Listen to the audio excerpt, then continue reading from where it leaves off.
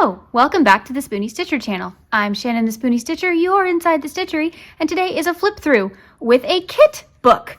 So you know those kits, you see lots of reviews on them and stuff, people who've tried the kit and stuff like that, but hardly anyone ever goes through the patterns that are actually in the book. And when you buy the kits online, you don't get to see every single pattern. It may say, comes with 12 patterns, but which 12? Which characters are you making? You don't exactly know. So today we're going to do a little mini flip through of the Nightmare Before Christmas crochet book, because yes, I know that Halloween is over, but it is Nightmare Before Christmas.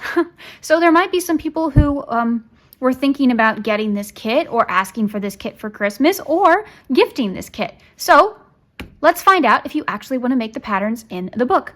Now, this particular kit, this particular pattern book was designed by Ilaria IG. If you don't know, I'm a big fan. She usually partners with someone named Irene Strange, but not in this case. And they do something called Amigurumi Adventures. They also do School of Magic and the Advent Calendar at the end of the year. Highly recommend checking out her Instagram. I will link it down below.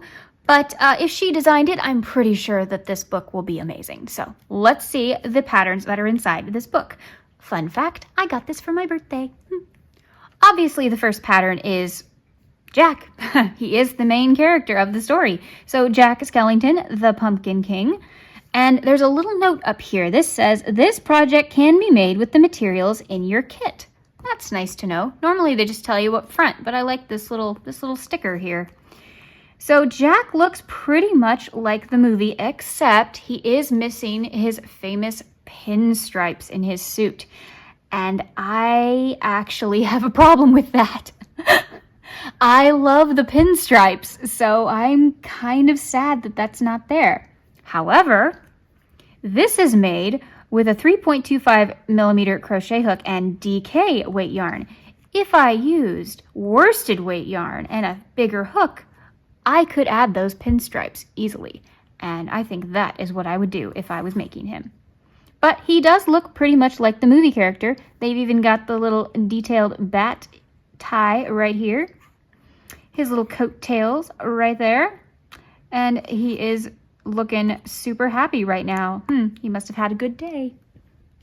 Next, we have Sally, of course, and it says this project can also be made with the materials in your kit. Good to know. Yes, we obviously, if we have Jack, we have to have Sally, the love of his life. And oh, she is so cute. Fun fact, my nickname is Sally because I am a redhead who is made of stitches. I have had countless procedures in my life. Yes, stitches make up my body, so my nickname is Sally. She is so cute. I love the little stitching details here to make the different patterns in her dress, because her dress is a patchwork.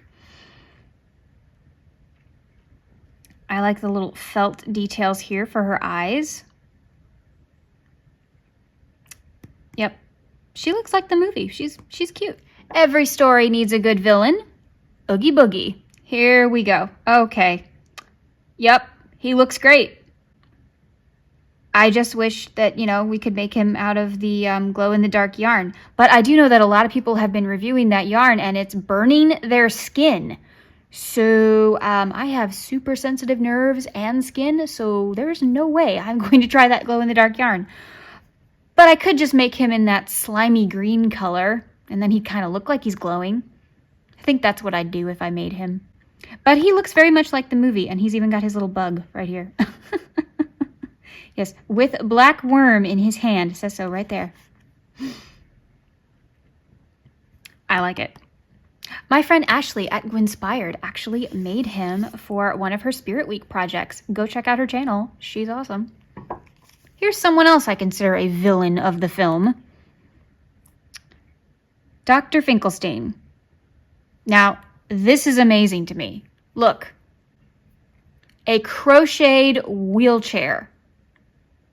Now, that's impressive. I'm very curious how it's standing up. Now, I know that you're supposed to use cotton for these projects, but even so, that's very, very impressive. I gotta look more into this wheelchair. But he does look like his movie counterpart, and I think he looks great.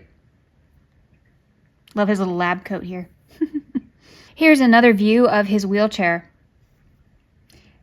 This piece right here might be how it's standing. I'm not 100% sure. I didn't read into the pattern, but it looks like this is key to your piece standing up.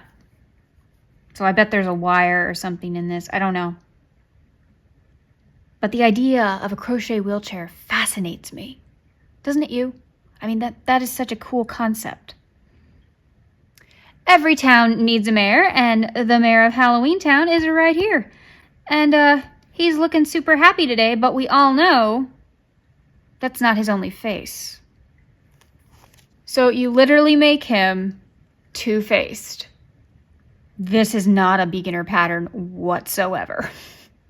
This is intermediate, edging onto advanced. There are lots of little details, lots of sewing, and he does have a massive color change to make him literally two-faced and to have his body on each side. See, I wanted to show you how it looks. You have to change color right here so that you've got the head on both sides. Cool, though. Oh, here we go. The three little troublemakers, starting with Locke. Which, if you didn't know, Locke's voice actor actually passed away recently. Yeah, that's a shame. But anyway, so it looks like maybe you do make his face underneath, because this is his mask, but it looks like, I mean, personally, I would want to do him as, you know, himself, and then also make his mask removable. So it says, one of the three trick-or-treaters from Halloween Town, Locke, wears a red devil costume. He and his two companions serve as Oogie Boogie's henchmen, though they're not terribly loyal. So I looked into it, and you don't make their faces.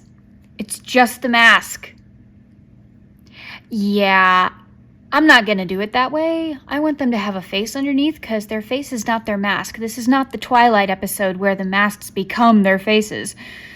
Which, by the way, is a very good Twilight episode. But anyway, this is Shock, the only girl of the trio, voiced by Catherine O'Hara, if you did not know. Yes, the same voice as Sally in the film. I mean, she looks like her counterpart. She actually might be look a little older here than she does in the movie, but, you know, whatever. Next we have Beryl, voiced by, do you know? Do ya?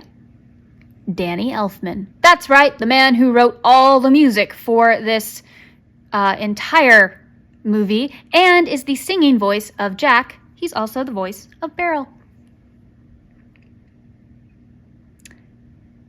I actually don't like Beryl in the movie, but here he's kind of adorable. Isn't he?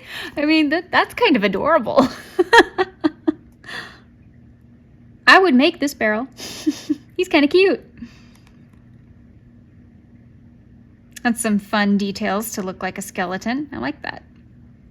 Yeah, he's actually kind of cute. My favorite character in the whole movie, Zero. Oh, he's so cute. I love Zero. One of my favorite Disney dogs ever. He is so cute. I like how she did him. He looks almost exactly like the film. I might have to make this one for my tree. Zero just needs to be on my tree. He's so cute. Let's see if there's another picture. Yep, there's another picture. You can see his nose better. There's the back side version of him. And you can see that he is, you know, just a piece of cloth. This one you might actually have to make in cotton. Normally you can use whatever, but to get him to stand up, I'm thinking cotton's the only way.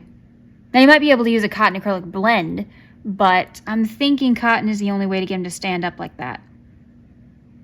So, yep. Same with his ears, because there's no wire or anything in him. It's just the cotton. There might be a piece of pipe cleaner to get his nose to curve up. I didn't read, but there's definitely no wire in his body or his ears. So, So this is our Santa Claus for this kit, the real one, the one that Oogie Boogie unfortunately gets his hands on. And he looks nervous. He must already be kidnapped. But he's cute. And his voice actor is, oh, I'm going to have to write it up here. I forget. But it's somebody famous. I'm just completely blanking. Anyway, Santa. Ooh, Jack as Sandy Claus. They did a good job. That's pretty much what he looks like in the film. That's the outfit that Sally made for him. Yeah, I think making them in bigger yarn would be a lot easier on my hands because that's really tight stitches, and that is a very small tube we're talking about here. That's, yeah, my hands are hurting just looking at that. This is probably my favorite pattern in the whole book. It's just this beautiful tapestry of the very last scene in the movie. This distinctive curled hillside, the setting for Jack and Sally's romantic moment, stands in Halloween Town's graveyard and on this crochet panel. That's really great. And, one moment, she gives you the little, like, stencil you need to follow to trace with the black yarn. Because these are not part of the tapestry. These are embroidery on here. So, yeah, when I first looked at it, I thought everything was just like tapestry crochet, but no, Jack and Sally are embroidered on there, and this is the stencil you need to follow. See, so here's the chart for that. Notice Jack and Sally are not there. That's because they're embroidered separately. Even just as the hill with the moon, this is beautiful. I like this a lot. So that was it. That's every pattern in this book. What do you think? Do you want to get it for yourself? I will have the Amazon link linked down below. I am not an affiliate of Amazon as of yet, so I get nothing back, but I do want to make it easier for you guys to find. Thank you so much for joining me today. If you like this kind of content, let me know. I've got lots of playlists on my channel, lots of different things, tutorials, flip-throughs, stories, all kinds of stuff on my channel, so go ahead and check it out. Thank you so much for being here today. Remember, life happens, yarn helps, and spoonies can stitch it up too. Goodbye.